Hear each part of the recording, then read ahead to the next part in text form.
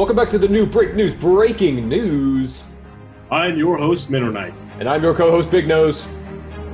And today we talk about the news like you have never heard before. And how it might affect you. So stay tuned and get ready for some news. All right, welcome into the Discourse Bar. My name is MinnowKnight, and this is the newest channel for breaking the news, or break news, or breaking news. I can't speak, but that's okay. Today I'm joined by my co-host, Bignose, and the ever-wonderful Kandosii. So let's jump right into it. So recently the Supreme Court has determined that a province of eastern Oklahoma will now be a part of the that it is inside of a Native American reservation. So we're just going to be talking about that a little bit. First and foremost, our ever wonderful Kandosii will go ahead and read us some of the court case facts. Also, we're going to go ahead and disclose where we are reading all this from. So if you want to go ahead and take that away, it'd be wonderful. Yes, so I am reading off the New York Times. Landmark Supreme Court ruling affirms Native American rights in Oklahoma. So the first little bit of it is that Supreme Court on Thursday ruled that much of eastern Oklahoma falls within an Indian reservation. They do use the word Indian reservation. I am aware that Native American is what you are supposed to say. Right. And it was a 5-4 decision with the justices. Let's see. And let's see. The case was steeped in the United States government's long history of brutal removals and broken treaties with indigenous tribes, and grappled with whether lands of the Muskogee Creek Nation had remained a reservation after Oklahoma became a state. So there's a lot of history to this one. And yeah, that's done reading off the article. I was going to go into a history bit. But I believe this was a promise made back in, 1909, if what I'm reading on the NPR article that I have pulled up is correct. Mm-hmm. So, what I read earlier, I think it was on BBC News, was this goes back to when indigenous tribes were driven out of some of the southern states, like Georgia, for example, and they were promised land in the West. So that's some of the historical context of it. Right, and Makes then, sense. yeah, of course, then these native lands were then used by settlers going over there as they were looking for gold and oil and other aspects that were inside these lands. And then it was a further push of the promises of going, okay, well, in like 20 years, you're going to get this land. Don't worry, the land is coming. So it just kind of kept getting pushed down the line. And this promise has never really gone away. It just has always kind of stayed there in this weird, like, will they, won't they kind of aspect with the Supreme Court. I'm wondering if there's a reason why it happened now instead of 20 years ago, to be completely honest. Right. Well, and if you read further along in the articles, again, I'm reading through NPR currently, this seems to be all brought up on a 1997 court case. It was... I have lost my part in the page. Oh, that's always fun. Right. By the way, we don't even script this. This is my script right here. I don't know if you can... If the green screen would stop... There we go. There we go. This is my script, so we don't even have a script. That's what we like about here on this news channel, is that we just like to keep it lighthearted. So yes, it's McGritt versus Oklahoma. It was back in 1997. It was on trial in the state of Oklahoma for a rape case that happened on this Native American land. He argued that he could not be tried under state law because he was on a Native American reservation. So he should have been tried under a federal law. Part of the reasoning goes into, under Oklahoma law, he could have received the death penalty, versus the federal law, he doesn't receive the death penalty. So there's a little bit of a want and push there on that end. So that's really where the history of why this particular case has come about in 2020 over the past 24, 48 hours. That's kind of what I've been reading up on what's been going on. Yeah, But that still doesn't quite describe why it was changed to the Native American reservation and why it was ruled that over somebody else's case. Right. And Kandosii, you were saying something? Yeah, I am trying to find, I left my tabs open. I just don't know where I was reading in any of them, apparently. Didn't leave it on relevant paragraphs. Saw it on, apparently I saw it on the McGirt versus Oklahoma Wikipedia page. Okay. Wikipedia's not the best source, but Yeah. I find Wikipedia is a good jumping off of sorts. Like, you go there to find where you want to go. It's not like, you don't want to cite Wikipedia, but you can definitely use it as a way to find your path, so to say. Yeah. It's definitely what I did in college. 100%. We all did that. So what I find interesting is the 5-4 split. So you had Justices Gorsuch, Sotomayor, Ruth Bader Ginsburg, Atlantic Kagan, and Stephen Breyer in the majority, with Justices John Roberts, Brett Kavanaugh, Samuel Alito, and Clarence Thomas dissenting. What's interesting is like the reasonings between their different viewpoints of why they were in support and why they were against it. You had Samuel Alito saying that this is just going to cause further division inside of the community that is, eastern Oklahoma, versus you had Gorsuch, which is, he's always been, from what I've been reading, is that he's always been an advocate for Native American rights and just trying to get them the fair deal that they deserve. So it is interesting reading up on, like, more or less why they either approve or oppose the motion set forth by the Supreme Court. So, very, very interesting reads. From my understanding, in the New York Times article, it looks like Gorsuch was the tiebreaker, actually. Right. Yes. As far as the vote goes, yeah. And he, quoting the article, it says, Justice Gorsuch's opinion, tracing that history began. On the far end of the Trail of Tears was a promise, and the reference is to the forced relocation of some 100,000 Native Americans from their home in the Southeast in the 1800s. That's what the article reads. Right. And that all makes sense. The timing of it still kind of doesn't make sense to me, just to be completely honest, because it's like we've had 2 apparent cases, 1 to 2 cases of people saying, hey, this is Native American land over the last 25 years. And they're just now doing it. Meanwhile, just last week, there was a Trump rally held there. Last couple weeks, there was a Trump rally held in one of the places that is within technically Native American land.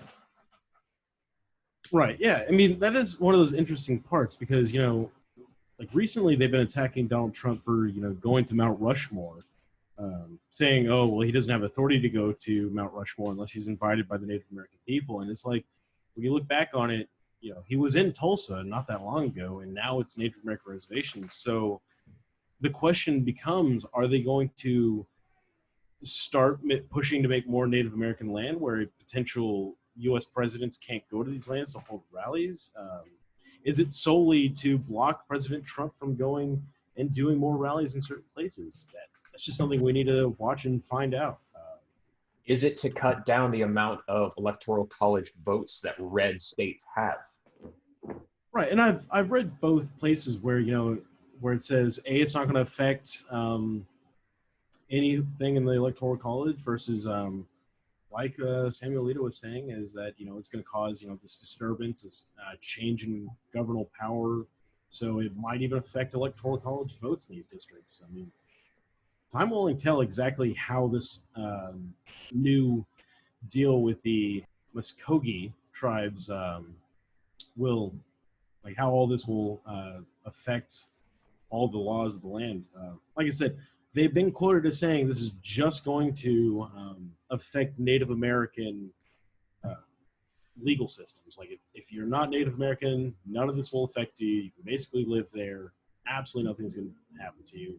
And, deep down inside, I feel like, most of us can agree that for the most part, this is somewhat of a correct decision to make by the Supreme Court. Like I said, this has been around since 1909.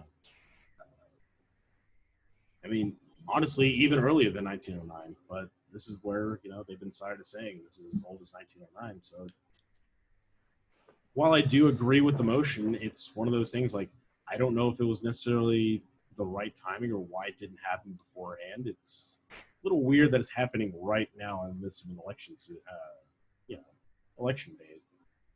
The timing is definitely interesting, and I've been looking for a quote I saw earlier that I don't want to misquote, and I also wanted to give the source for it, and that's why I'm still staring at my screen, scrolling up and down an article. But there was something on loosely about the timing.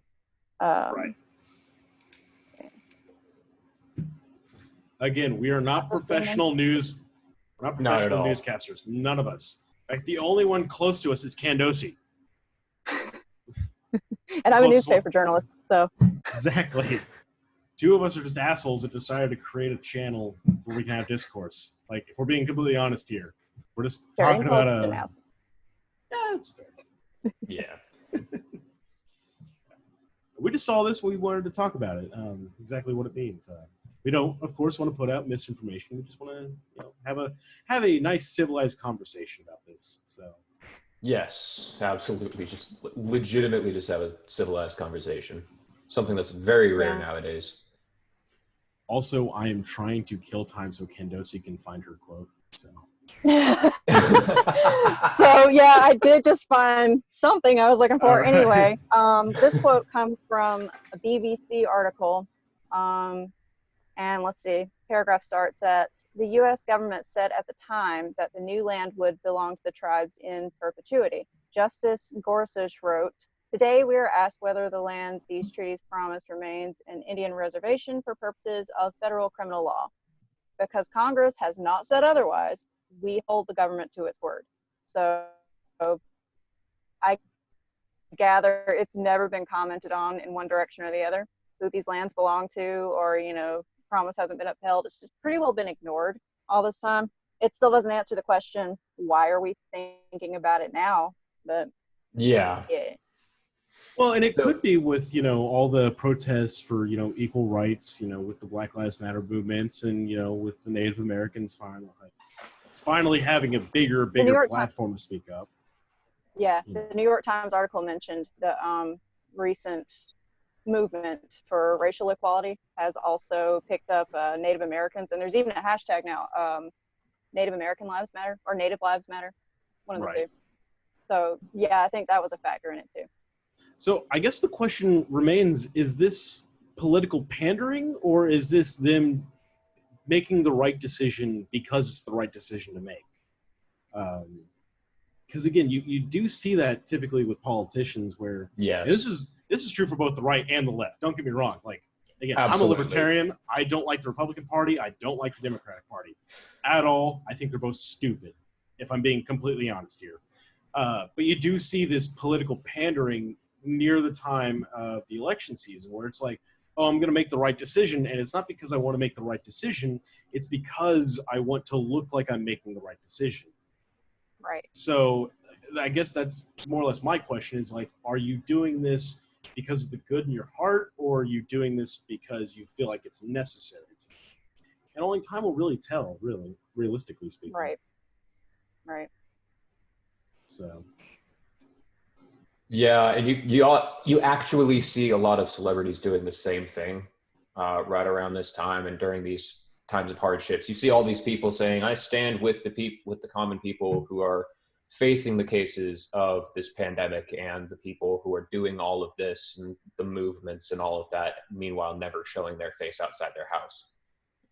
Right. So it very well could be that political pandering from just the from my brain just turned off. I'm sorry. Just from the government in general, like a political pandering from the government in general. I could see that happening easily. Yeah, and I think it was like Ryan Reynolds that went out on and like released a YouTube video basically calling out all the celebrities, saying, "Hey, basically, you're not doing anything. You're just pandering." Which more for him. I love Ryan Reynolds for who he is. He is an amazing person. And like honestly, I wish you would see that more with celebrities, and where politicians. and politicians, where like they really step up for what they actually believe. I mean, look at Terry Crews and what's happening to him recently, like about where he's all trying to promote equality and not necessarily saying like all lives matter, Black Lives Matter. He's just saying like all Black Lives Matter. He's like getting super, I guess, serious about trying to promote like what he thinks is actual equality. I'm not saying I support what he says. I'm not trying to be unbiased here, but well, I mean, that's his First Amendment right to. Yeah. Yes. Say what he believes. So. Right. Just like this is our First Amendment right to do. Right. Yeah. I mean, but the thing is, he's getting like, dragged through the mud just because he expressed a slightly opposing viewpoint, and that is something that I just hate to see. Like everyone was praising Terry Crews not like a year ago, and especially during the Me Too movement. So it's like, what changed? Because he didn't change. Back on the conversation at hand, I honestly believe that this Supreme Court case is something that we will see ripple effects from way down the line. I could see this being something along the lines of the whole Supreme Court case leading with the draft cards back in like World War I, going up to Texas versus Roe. I could see it being something along those lines with all of that happening. So I guess time will tell what this actually means. Right, and I was reading about it. So all of these Native Americans that were tried by the state of Oklahoma, they are going to have to get retried if the Supreme Court and the Senate do uphold this new Indian Native American reservation. So I guess another question is like exactly how taxed are the law enforcement agencies, especially in the federal case? How taxed are they going to be over the next coming years? Because this isn't going to be something that's going to happen, in a month. No, these things do take time. These are going to take years for all of these people to be retried. Yeah. So. Yeah. Which is also going to cost money and resources and time and effort. Like, this isn't going to be an easy change. We're going to have repercussions way down the line from all of this. So that was on the topic of the. Go ahead. I was going to say on the topic of possible pandering, if I can articulate this clearly. Yeah. And I think we've kind of already been all around this point, but with the Trump rally in Tulsa, we've talked about that some, and we kind of know how that went. There was not quite the turnout he expected, and there's the theory that it was kids on TikTok and K-pop fans and stuff that kind of screwed that up, but it's been disputed as well, so we don't really know. It could have just been a poor turnout. This really could be, if it is pandering, kind of like trying to pull more people in. Right. Yeah. What do you think, like trying to pull people away from Donald Trump and his reelection, or trying to pull him towards his reelection? Actually, that's a good question. I don't know.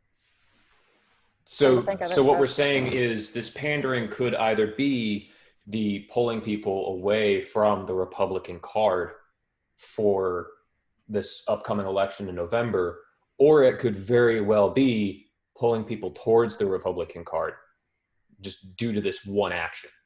Right. Well, and that would be the interesting thing to see, like exactly how Donald Trump is going to respond to this as the president of the United States. Like, he has all the power right now to say, I fully support this, or I fully condemn this. Yes. I personally haven't seen anything about it. Of course, I haven't really been keeping up with his Twitter page because, by God, that man tweets more than I do, and I don't even tweet. So, But, you know, Yeah, again, I'm I not haven't sure that seen he's actually commented on it yet. that. So, yeah, I feel like, you know, if he really wanted to swing this in his favor, he would come out and be like, I fully support this. We'll just have to do it in a, you know, efficient and precise manner. If he really wanted to swing it his way. So it'll be interesting to see how he responds in the next few days, if he even responds at all. Definitely think if he doesn't respond to it in any way, it will definitely hurt him more than it will help him. But Again, as I've said multiple times during this session, time will tell. right, definitely Yeah, time you're will right. tell. That should be a motto about all news. Time will tell. Oh, time Exactly. will tell. Yeah. And I'm gonna say Yes, time and time again. I'm going to try to say that at the end of every single one of these. And if y'all are okay with this, I am going to finish this out. I'm just gonna say we've discussed a lot. Decide what you want to. Well, hi there. MinnowKnight again. So apparently we cut the recording a little bit too soon, and we didn't get to film a proper outro. Also, by the way, Nate, honest to God, you forget who holds the power here and who does the editing.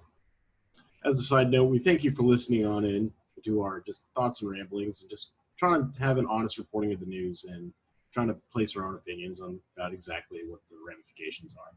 So if you'd like to have more of these kind of conversations, go ahead and pop down to the link below and join up in the Discord. So we'd love to have you in. And honestly, as long as you can maintain civility, I don't care what your beliefs are. You can share them. You're free to do so. So thank you guys. Have a good night. Decide. We really don't care. We're here laying out the facts and putting in our opinions. But ultimately, it's the news, and time will tell.